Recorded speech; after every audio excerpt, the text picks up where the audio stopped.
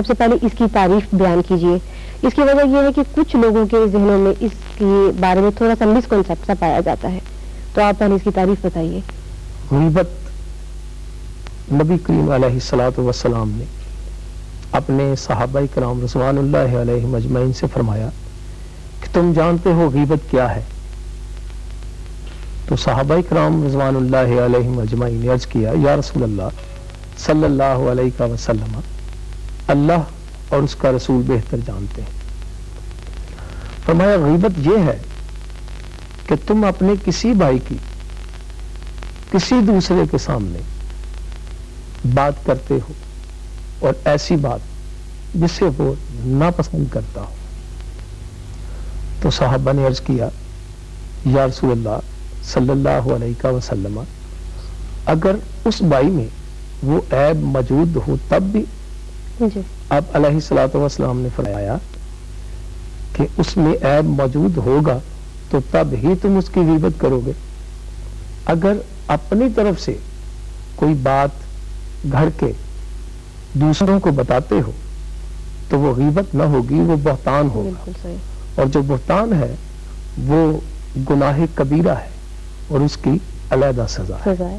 یہ غیبت ہے. بالکل صحیح آپ نے کہا. لیکن اس سلسلے میں ایک بات آپ سے مزید آپ کی اجازت سے کہنا چاہوں گی کہ اگر ایک شخص برا ہے, اس میں اس کی شر اور برائی سے بچنے کے لیے دوسرے لوگوں کو مطلع کرنا, مثال کے طور پہ دیکھیے کہ جب ہم نکاح کرنے جاتے ہیں, یعنی نکاح کی رسم کے لیے پہلے رشتہ ہوتا ہے, اگر لڑکی والوں میں یا پھر لڑکے والوں میں کسی بھی حوالے سے کوئی برائی پائی جاتی ہے تو متعلقہ افراد جو ہے ان کو ان کی اس برائی کے بارے میں بتانا, یا پھر اجتماعی حوالے سے دیکھیے اگر کاروباری معاملات میں کوئی شخص بد دیانت ہے تو اسے لین دین کرنے سے پہلے دوسرے لوگوں کو اس کی مطلب حالات کے بارے میں بتانا کہ اس کا رویہ کیسا ہے کاروبار کے حوالے سے, یہ تو غیبت نہ ہوا نا. غیبت بعض اوقات جائز ہے جی, لیکن اس صورت میں کہ کوئی آدمی ظالم ہے, ظلم کرتا ہے, تو صاحب اقتدار کو بتایا جائے. ٹھیک.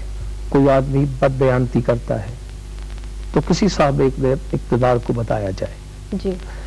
کوئی شخص, جیسے آپ نے شادی کے بارے میں کہا, رشتوں کے بارے میں کہا, لوگوں کی بھلائی کے لیے اگر آپ کسی کے بارے میں بات کرتے ہیں تو وہ جائز ہے, کیونکہ اس میں آپ نے لوگوں کی بھلائی کو مد نظر رکھا ہے. ٹھیک.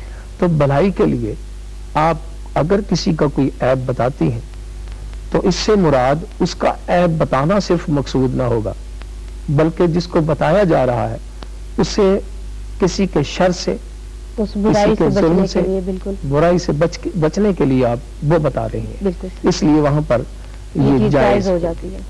تو ہم غیبت پہ بات کر رہے ہیں, ہم اس بات پہ ہمیں سوچنا چاہیے کہ آخر ایک شخص غیبت کرتا کیوں ہے, ایسی کون سی وجوہات ہیں, وہ کون سے فیکٹرز ہیں جو اس کے پیچھے مطلب کام کرتے کہ ایک شخص مجبور ہو جاتا ہے غیبت کرنے پر. غیبت کی کرنے کی کئی وجوہات ہیں. غیبت انسان غصہ میں بھی کرتا ہے جی, کہ غصہ آ گیا کسی پر تو اس کی غیبت کر دی, جبکہ دو جرم ہو گئے, دو گناہ ہو گئے. ایک غصہ کیا, غصہ حرام ہے, ایک غیبت کی, گناہ کبیرہ ہے. بعض اوقات بندہ کسی سے حمایت حاصل کرنا چاہتا ہے تو وہ کسی دوسرے کی غیبت کر دیتا ہے تاکہ اس کی حمایت حاصل کر. بعض اوقات بندہ اپنے آپ کی اچھائی پیش کرنا چاہتا ہے تو وہ اپنے منہ سے تعریف نہیں کر سکتا تو وہ کیا کرے گا, وہ کسی دوسرے کی غیبت کرے گا.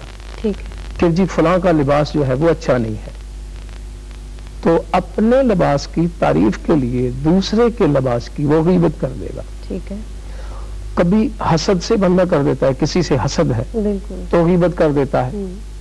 اور بعض اوقات ایسا ہوتا ہے کہ بندہ جو ہے وہ کسی پر غصہ اتارنے کے لیے غیبت کر دیتا ہے. اب غصہ اتارنے کی دو قسمیں ہیں. ایک تو یہ ہے کہ وہ شخص پر جس پر غصہ اتار رہا ہے, جس کی غیبت کر رہا ہے, اس سے اس کا کوئی خاص تعلق نہیں ہے, ٹھیک ہے, تو اس کے متعلق وہ غیبت کر دیتا ہے. اور بعض اوقات ایسا ہوتا ہے کہ کسی سے ہمدردی ہوتی ہے, محبت ہوتی ہے, تو وہ کوئی گناہ ایسا کر لیتا ہے کہ اس کے گناہ کرنے پر اسے غصہ آتا ہے. ٹھیک ہے, وہ از راہ ہمدردی ہوتا ہے, ٹھیک, لیکن اس میں وہ بھول جاتا ہے کہ وہ اس کی غیبت کر رہا ہے. ہو رہی ہے.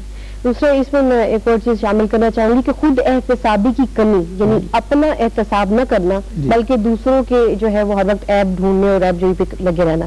اور ایک اور بات بہت ہی اہم ہے، یعنی تربیت کے حوالے سے بچے کی تربیت اگر شروع سے اچھی بیس پہ کی جائے تو اس کی پروان جو چڑھتی ہے تربیت، یعنی اس میں اس چیز کی ماں باپ جو ہے وہ اس میں شعور ڈالیں بچے میں اس چیز کا کہ اس طرح کسی کی برائی جو ہے وہ نہیں کرتے ہیں، شروع سے روک دیں اسے. تو اس میں یہ تربیت جو ان سی وہ اس کی اٹھان جو ہے وہ اچھی چلتی جاتی ہے. یہ اس معاملے میں بالکل صحیح ہے، کیونکہ ہمارے معاشرے میں عام مذاق ہوتا ہے، ایک دوسرے سے مذاق کرتے ہیں جی، تو مذاق میں بھی غیبت کر دیتے ہیں. ٹھیک ہے، اہمیت نہیں دیتے ان چیزوں کو. تو اس سلسلے میں خاص طور پر یہ چاہوں گی، خواتین ٹائم سے متعلق یہ پروگرام ہے، ہم اپنی بہنوں کو یہ بتانا چاہیں گے کہ سب سے پہلے تو ہمیں خود اس چیز کی پہچان کرنی چاہیے کہ ہم اس چیز پہ جو ہے اس برائی پر کنٹرول کریں. اگر ہم خود احتسابی ہم اپنی جانیں گے کریں گے تو ہمارے بچے آٹومیٹکلی خود بخود ہم سے اس اچھائی اور اچھے نیک کام کو سیکھتے جائیں گے. تو علامہ صاحب، اس برائی کے غیبت کے جو ہے معاشرے پر بہت برے اثرات نظر آتے ہیں، آپ کے خیال میں وہ کون سے جی اثرات ہیں؟ غیبت جو ہے، اگر کوئی بندہ کسی دوسرے سے غیبت کرتا ہے جی تو اس میں سب سے پہلی بات یہ ہوتی ہے کہ اگر دوسرا آدمی آپ سے کسی کی غیبت کر رہا ہے تو یہ بھی ہو سکتا ہے کہ وہ آپ کی غیبت کسی اور دوسرے کے سامنے کرے. ٹھیک ہے. تو معاشرتی طور پر جو لوگ صاحب عقل ہوتے ہیں، صاحب سمجھ ہوتے ہیں، صاحب علم ہوتے ہیں، یا معاشرتی طور پر برائیوں اور اچھائیوں کو سمجھتے ہوتے ہیں، تو وہ غیبت سنتے ہی نہیں ہیں. نبی کریم علیہ الصلوۃ والسلام نے دیکھا کہ حضرت عمر اور حضرت ابوبکر صدیق رضی اللہ تعالیٰ عنہ نے دونوں میں سے کسی نے یہ کہا کہ فلاں شخص سوتا بہت ہے جی. تو کچھ دیر کے بعد کھانے کے لیے وہ حضور کی بارگاہ میں حاضر ہوئے اور سالن طلب کیا. تو نبی پاک علیہ الصلوۃ والسلام نے فرمایا کہ وہ تو تم نے کھا لیا ہے. عرض کیا یا رسول اللہ صلی اللہ علیہ وسلم، ہم نے تو نہیں کھایا. ہم نے فرمایا کہ تم نے غیبت کی ہے.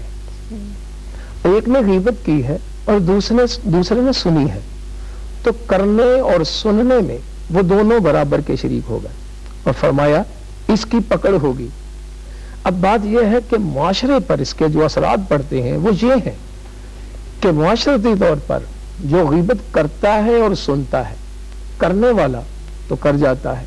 اب چاہیے یہ کہ جس کے بارے میں غیبت کی جا رہی ہے اس کی سنی نہ جائے، اور جو سن رہا ہے وہ اس غیبت کو سنے نہ، یہ کہہ کر دوسرے شخص کو سمجھائے کہ بھئی اس بات کو چھوڑ دو، کیونکہ معاشرے پر اس سے فساد بنتے ہیں. بالکل بالکل، یہ بات میں کہہ رہا ہوں کہ فساد پھیلتا ہے، نفرت جو ہے وہ جنم لیتی ہے اور پھیلتی ہے.